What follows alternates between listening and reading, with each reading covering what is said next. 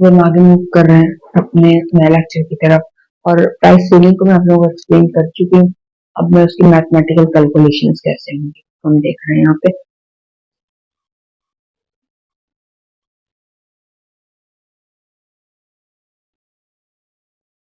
Mathematical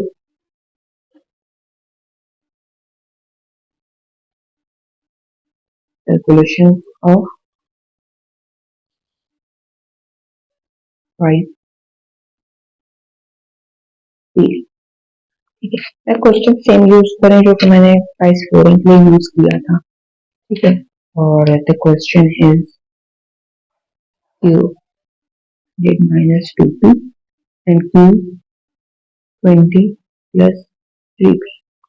ठीक है, तो इसकी बेसिक की कैलकुलेशन ऑलरेडी करके रखा ही थी वहां पे। मैं सिर्फ और सिर्फ उसको यहाँ पे लिस्ट डाउन कर रही हूँ।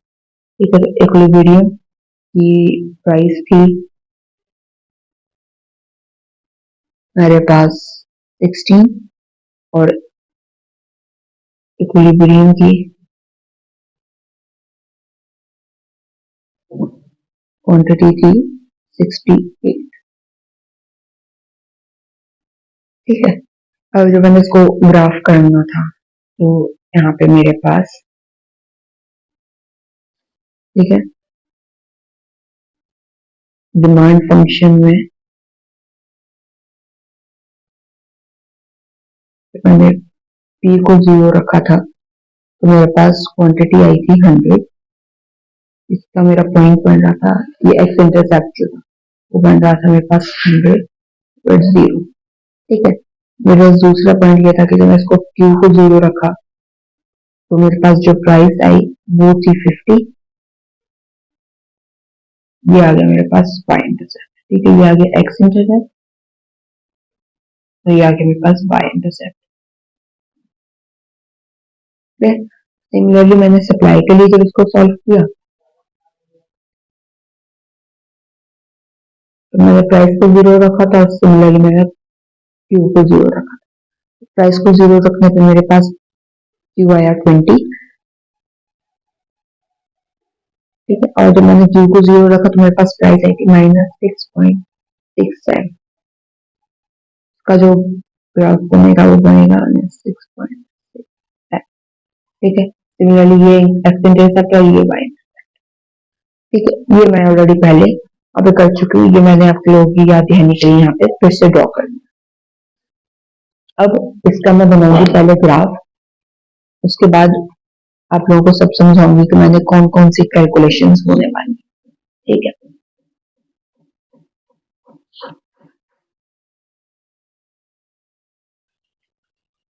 ठीक है, आप लोग चाहो तो एक प्रॉपर कैलकुलेशंस कर सकते हो, मैंने वैसे भी काम किए हैं। अगर आप लोग चाहो तो जगह कंस्ट्रेंट हो और प्रॉपर ग्राफिंग नहीं हो सके due to any reason, values बहुत बड़ी, you can go for your approximate values. कोई ऐसी परेशानी की बात नहीं। ठीक है, मैं कुछ यूं कर रही हूँ तो मैं यहाँ पे अप्रोक्सीमेट वैल्यूज ले रही हूँ क्योंकि यहाँ पे थोड़ा सा जगह का कंस्ट्रेंट है, मुझे इसी एरिया के अंदर आप लोगों को एक्सप्लेन करना है सारा कुछ। तो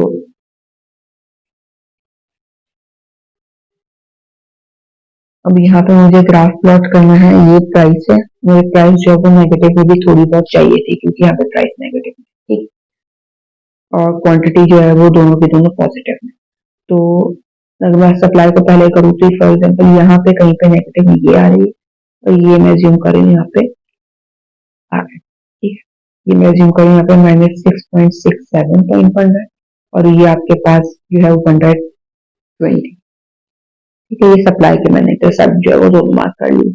मैं यहाँ से इसको ड्रॉ कर रही हूँ। ठीक है, अब डिमांड को अगर देखें तो प्राइस वाला बन रहा है 50, मैं यहाँ ज्यूम कर रही हूँ इसको, और क्वांटिटी वाला बन रहा है 100 जिसको मैं यहाँ ज्यूम कर रही हूँ। क्लियर, और यहाँ पे मैंने इसको एक स्ट्रेट लाइन से ज्वाइन कर लिया। ठीक है, इक्विलिब्रियम का पॉइंट बन रहा है ये। ठीक है, और इक्विलिब्रियम के पॉइंट को जब मैंने एक्सटेंड कर रही हूँ, बस इक्विलिब्रियम की क्वांटिटी और प्राइस हमारे पास दोनों ऑलरेडी हमने कैलकुलेट रखी, ठीक है। ये आ गया आपके पास इक्विलिब्रियम की प्राइस आ गई है 60 और क्वांटिटी है हमारे पास 68, ठीक है। तो अब एट दिस पॉइंट हम लोग कंज्यूमर और प्रोड्यूसर सरप्लस को पहले कैलकुलेट करेंगे, ठीक है। तो हमारे पास क्या बन रहा है, तो उसके लिए मैं नेक्स्ट पेज पे लेके जा रही हूँ इसको, बस साथ साथ इसको आप लोगों को दिखाती रहूंगी जहां जहां जरूरत पड़ेगी, ठीक है। तो मैं यहाँ पे करके अपने पास रख रही हूँ सामने ही, ताकि बार बार आप लोगों को मुझे दिखाना पड़ेगा,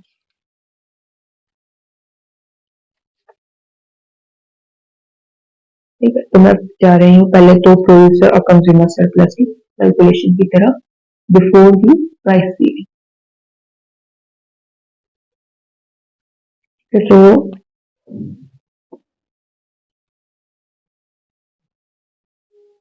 बिफोर प्राइस सीलिंग, ठीक है।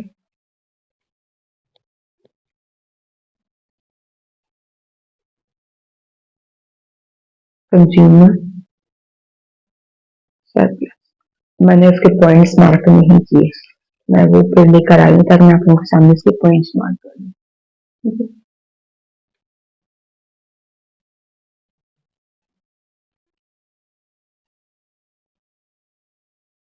आपसे क्लियर ना, तो मैं यहाँ पे इसके पॉइंट्स मार्क कर रही हूँ।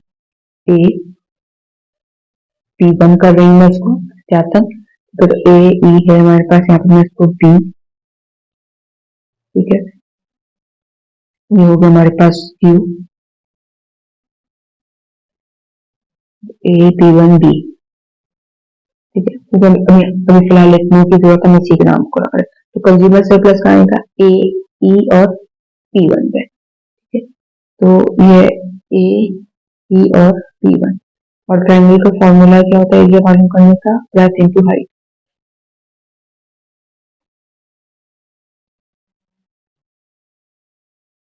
ठीक है। अब ब्रेथ हमारे पास है ये क्वांटिटी जो कि 68, जिसको हम लोग लिखेंगे 68 माइनस 0, और हाइट हमारे पास कितनी है, ये वाली हाइट चाहिए मैं, 50 माइनस 16, ये पूरा नहीं चाहिए, सिर्फ 15 भी लिखेंगे, 50 माइनस 16 लिखेंगे, तो 50 माइनस 16, और इसको हम पूरा जो है वो सॉल्व कर लेंगे, ये आ जाएगा 1156। कोई कैलकुलेशन मिस्टेक हो तो कमेंट सेक्शन पे बता दीजिएगा, ठीक है। तो प्रोड्यूसर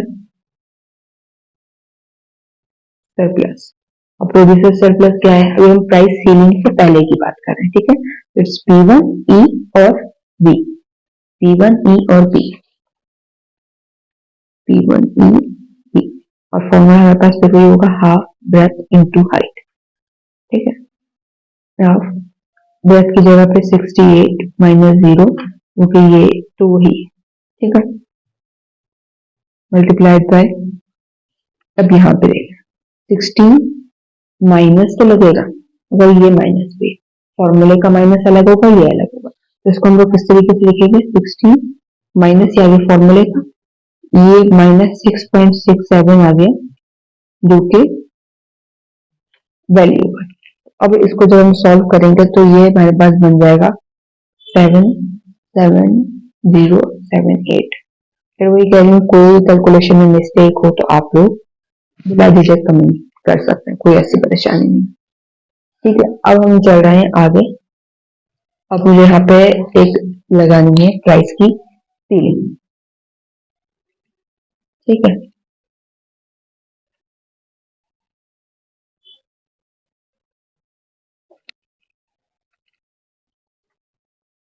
अब मैं यहाँ पे अज्यूम करें कि मैंने प्राइस सीलिंग जो है वो लगाई है एट प्राइस 5, ठीक है। यहाँ पे मैं इसको ड्रॉ करूंगी स्ट्रेट लाइन,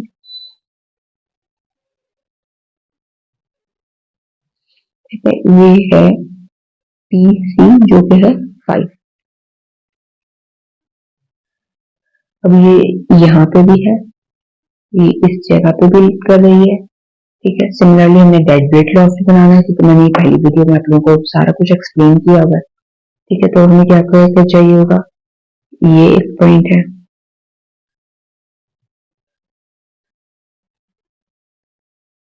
ठीक है, ये पॉइंट हो गया।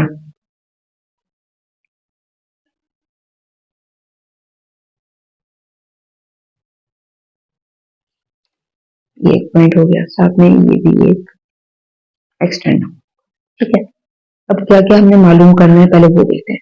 एक तो ये आगे क्यू एस है, ये मालूम करेंगे, क्यू डी मालूम करेंगे।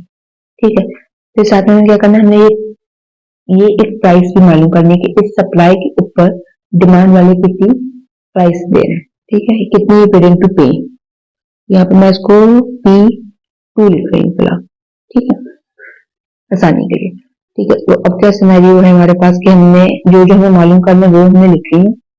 ठीक है, अब हमें पॉइंट्स को नाम देना है। तो हमारे पास A था, B हो गया है।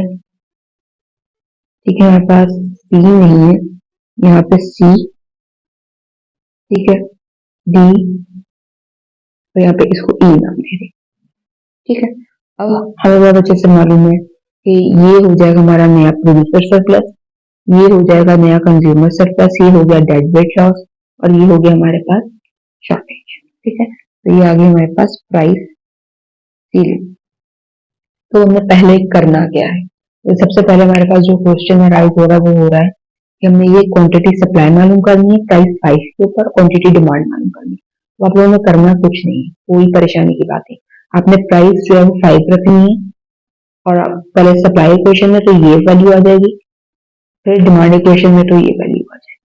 ठीक है, पहले इसको सॉल्व करते हैं, फिर देखेंगे कि इस P2 को हमने कैसे निकालना है। ठीक है, तो इसको मैं यहाँ साइड कर रही हूँ, और मैं क्या कर रही हूँ कि मैं क्वेश्चन को लिखूंगी फिर से, दोनों इक्वेशंस को, और फिर मैं इसको सॉल्व करूंगी। सो आफ्टर प्राइस सीलिंग, तो पहले हमें क्या कुछ मालूम करना है। एक पहले हम फाइंड कर रहे हैं Q S and Q D. ठीक है, अब क्यू एस जो है तो हमें चाहिए होगा सप्लाई से। ठीक है, तो सप्लाई की इक्वेशन यहाँ पे लिख रही हूँ, Q equals to 20 plus 3P। Similarly मुझे क्यू डी भी चाहिए, मैं यहाँ पे लाइन के साथ में डिमांड की इक्वेशन भी लिखूंगी, 100 माइनस 2P। ठीक है, तो अब क्यू एस प्राइस हमने रखनी है फिक्स्ड, 1P इज 5, यानी कि प्राइस सीलिंग की प्राइस जो है। तो Q is equals to 20 plus 3P की जगह 5। सिमिलरली यहाँ पे 100 माइनस 2 5। ठीक है, तो अब इसको हम सॉल्व करते हैं, तो हमारे पास क्वांटिटी जो सप्लाई है वो आ रही है 35 QS है, और QD हमारे पास क्या आ रहा है, वो आ रहा है 90। ठीक है, तो सिमिलरली इस चीज को हम वहां पर पहले लिख लेंगे। ठीक है, तो ये आ गया QS क्या आ रहा था 35, तो यहाँ पे आ जाएगा 35, और QD क्या आ रहा है 90, यहाँ पे 90 आ गया। अब हमने क्या मालूम करना है, हमने P2 मालूम करना है। P2 मालूम करने के लिए क्या करना है कि हमें प्राइस चाहिए, हमारे पास क्वांटिटी क्या आ रही है, यानी कि ये जो 35 क्वांटिटी है इसके ऊपर डिमांडर कितनी प्राइस देने को तैयार है। ठीक है, तो अब हम क्या करेंगे, टू फाइंड P2,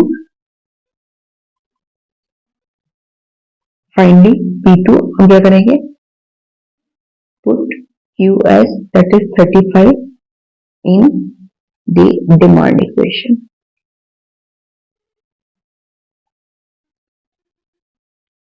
ठीक है, इसको थोड़ा सा मैं ऊपर लेके जाऊं ताकि आप लोगों को नजर आ जाए। ठीक है, सो डिमांड इक्वेशन में रखेंगे, तो डिमांड की इक्वेशन हमारे पास है Q is equals to 100 minus 2P। ठीक है, अब हमने क्वांटिटी रख दी 35, अब मैं इसको प्राइस के लिए सॉल्व कर रहा हूं। ठीक है, उसको जब मैंने यहाँ पे सॉल्व किया है तो मेरे पास प्राइस आ जाएगी 32.5। ठीक है, अभी सोल्यूशन कैसे हुआ ये आप लोग देख लो खुद, इसको मैं सिर्फ ले जाऊंगी 35 को इस तरफ ले जाऊंगी, ठीक है, क्या करते हैं यहाँ पे इसको बिल्कुल शॉर्टली यहाँ पे सॉल्व करके आप लोग को दिखाऊं तो 2p 100 माइनस 35, पहले इसको सॉल्व कर लिया। ठीक है, तो ये फिर इसको मैंने सॉल्व किया तो ये हो गया p, इसका आ गया 65 और ये 2, तो उसको सॉल्व करके आ गया 32.5। ठीक है, अब ये आ गया हमारे पास p2, p2 का 32.5। अब हमारे पास सब कुछ जो है वो इन प्लेस है, सारी वैल्यूज मौजूद है, सिर्फ और सिर्फ हमने कैलकुलेशन करनी है। ठीक है, तो मैं नेक्स्ट पेज खोल रही हूँ और उसमें मैं सारा कुछ पहले लिख रही हूँ कि हमने क्या क्या कुछ फाइंड आउट करना है। हमने नया कंज्यूमर सरप्लस, नया producer surplus, dead weight loss और शॉर्टेज को मालूम करना है। ठीक है, तो यहाँ पे मैं सारी चीजों को लिख रही हूँ, फिर मैं इसको वापस जो है वो ज्वाइन करती हूँ। ठीक है, तो हम कैलकुलेट करने जा रहे हैं new consumer surplus, new producer surplus, dead weight loss और शॉर्टेज को। पहले आ रहे कंज्यूमर सरप्लस पे। अब अगर यहाँ पे इसका मैं दिखाऊं आप लोगों को, प्रोड्यूसर सरप्लस जो है वो खास अनोखे शेप में चल रहा है। तो ACP2 एक ट्राइंगल है और P2CEPC ये हमारे पास एक रेक्टेंगल है। तो हम यहाँ पे साइमल्टेनियसली दो फॉर्मूला लगाएंगे और एक फाइनल आंसर निकालेंगे। आप लोग जो तो पहले ट्राइंगल की अलग कंप्यूटेशन कर लो, फिर रेक्टेंगल की कर लो, देन एड देम बोथ, वो भी चल सकता है। तो मैं यहाँ क्या करेंगे, तो पहले मैं ट्राइंगल प्लस जो हमारे पास रेक्टेंगल है उसका पूरा लिख रही हूँ। ठीक है, तो ट्राइंगल इज ACP2 और जो रेक्टेंगल है वो है P2CEPC। ये ACP2 और P2CEPC। ठीक है, अब क्या चल रहे हैं, तो हम यहाँ पे इनके फॉर्मूला लिख लेंगे, लेंथ इनटू ब्रेड्थ। ठीक है, अब मैं क्या करेंगे कि पहले मैं ट्राइंगल को लिख रही हूँ। यहाँ पे मेरे पास हाइट में क्या है 50 माइनस 32.5 और मेरे पास यहाँ पे कितना है 35 माइनस 0। ठीक है, तो ब्रेथ इज 35 माइनस 0 और हाइट है 50 माइनस 32.5। मैं यहाँ पे इसको लिख रही हूँ पहले। ठीक है, तो ब्रेथ है हमारे पास 35 माइनस, क्योंकि माइनस 0 है तो 0 तो वैसे भी गायब हो जाएगा। ठीक है, साथ में हाइट पे मैं लिख रही हूँ 15 माइनस 32.5। ठीक है, साथ में अब आ जाएंगे हम लोग इसकी लेंथ एंड ब्रेथ की तरफ। अब हमारे पास ये वाला जो पार्ट है इसको हम देख रहे हैं। ठीक है, अब कैसे हैं हम लोग इसकी हाइट ये रही, ब्रेथ ये रही, ब्रेथ हो जाएगी 35 माइनस 0, ये जाएगी 32.5 माइनस 5। ठीक है, तो यहाँ पे मैं इसको लिख रही हूँ कि ब्रेथ इज 35। ठीक है, और लेंथ हो जाएगी 32.5 माइनस 5। अब इसको कुछ नहीं करना है, सिर्फ और सिर्फ सॉल्व करना है और इनका फाइनल आंसर निकालना है। ठीक है, तो इसका फाइनल आंसर बनेंगे हमारे पास 306.25 प्लस 962.5। ठीक है, प्लस कर देंगे तो 1268.75। ठीक है, ये आ गया आपके पास नया कंज्यूमर सरप्लस। अब हम आगे मूव कर रहे हैं towards the new producer surplus. Producer surplus अब कितना है PCED। ठीक है, तो ये है PCED और हम लोग सेम फॉर्मूला लगाएंगे। इसके अंदर चूंकि कोई रेक्टेंगल का पार्ट नहीं, तो सिर्फ ट्राइंगल है, सो उसका ये फॉर्मूला यहाँ पे यूज कर रहे हैं। तो इनटू हाइट, यहाँ पे ब्रेथ कितनी है PC और E 35 बन रही है, मैंने 35 कर दिया। हाइट कितनी बन रही है 5 माइनस ब्रैकेट के अंदर माइनस 6.67। ठीक है, सो 5 माइनस माइनस 6.67। ठीक है, अब इसको जब पूरा सॉल्व करेंगे फाइनल आंसर पे आएंगे तो ये बन जाएगा 204.225। ठीक है, अब हम आगे चल रहे हैं डेड वेट लॉस की तरफ। ये बेसिकली वो वाला पार्ट होता है जो कि ना तो कंज्यूमर के लिए फायदेमंद हुआ, जो कि पहले कंज्यूमर और प्रोड्यूसर के लिए फायदेमंद था, उन दोनों को इससे फायदा हो रहा था, बट अब वो फायदा नहीं हो रहा है। ठीक है, तो इसको हम थोड़ा सा मैं स्लाइड डाउन करूंगी और यहाँ पे आपको हमारे आखिरी दोनों के दोनों पार्ट्स भी नजर आ जाएंगे। हम अब पहले कंप्यूट कर रहे हैं अपना डेड वेट लॉस। ठीक है, तो डेड वेट लॉस के लिए सी, ई और ई। ओके फाइन, यहाँ पे ई दो होगा, ये कैसे हो गया?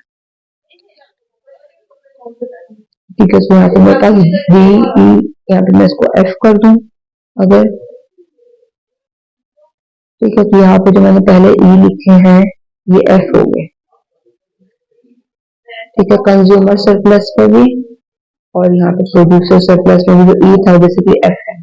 लेट्स सपोर्ट शुगर अभी रियलाइज हो गया सी, तो सी, ई और एफ ये हो गया हमारे पास डेड वेट लॉस। सी, ई और एफ। और इसको कैलकुलेट करने का भी तरीकेकार वही है, ब्रेथ इनटू हाइट। ठीक है, हाफ ब्रेथ की जगह जोड़ूंगा और हाइट की जगह जोड़ूंगा। तो अब इसकी ब्रेथ कितनी है? 68 माइनस, क्योंकि हमें इसको देखना है ना, ये सी से ई, ये जो गैप है, तो ये है 68 माइनस 35, 68 माइनस 35 और हाइट हो जाएगी ये सी और एफ की 32.5 माइनस 5, 2.5 माइनस 5। ठीक है, अब इसको भी फाइनल जब हम पूरी कैलकुलेशन कैलकुलेटर में आप डायरेक्ट कर लीजिए, वैसे भी जवाब आ जाएगा। साइंटिफिक में वो आ सकता है आराम से। सो 453.75। ठीक है, अब लास्ट पार्ट है हमारे पास शॉर्टेज का। ये जो शॉर्टेज हो रही है ये कितनी वैल्यू वाली होती है? तो इट्स एफ, डी और ई। ठीक है, तो ई, डी, एफ भी करना है, कोई ऐसा मसला नहीं। तो उसको मैं लिख लूंगी डी, ई, एफ। और इसका फॉर्मूला भी वही है, हाफ ब्रेथ इनटू हाइट।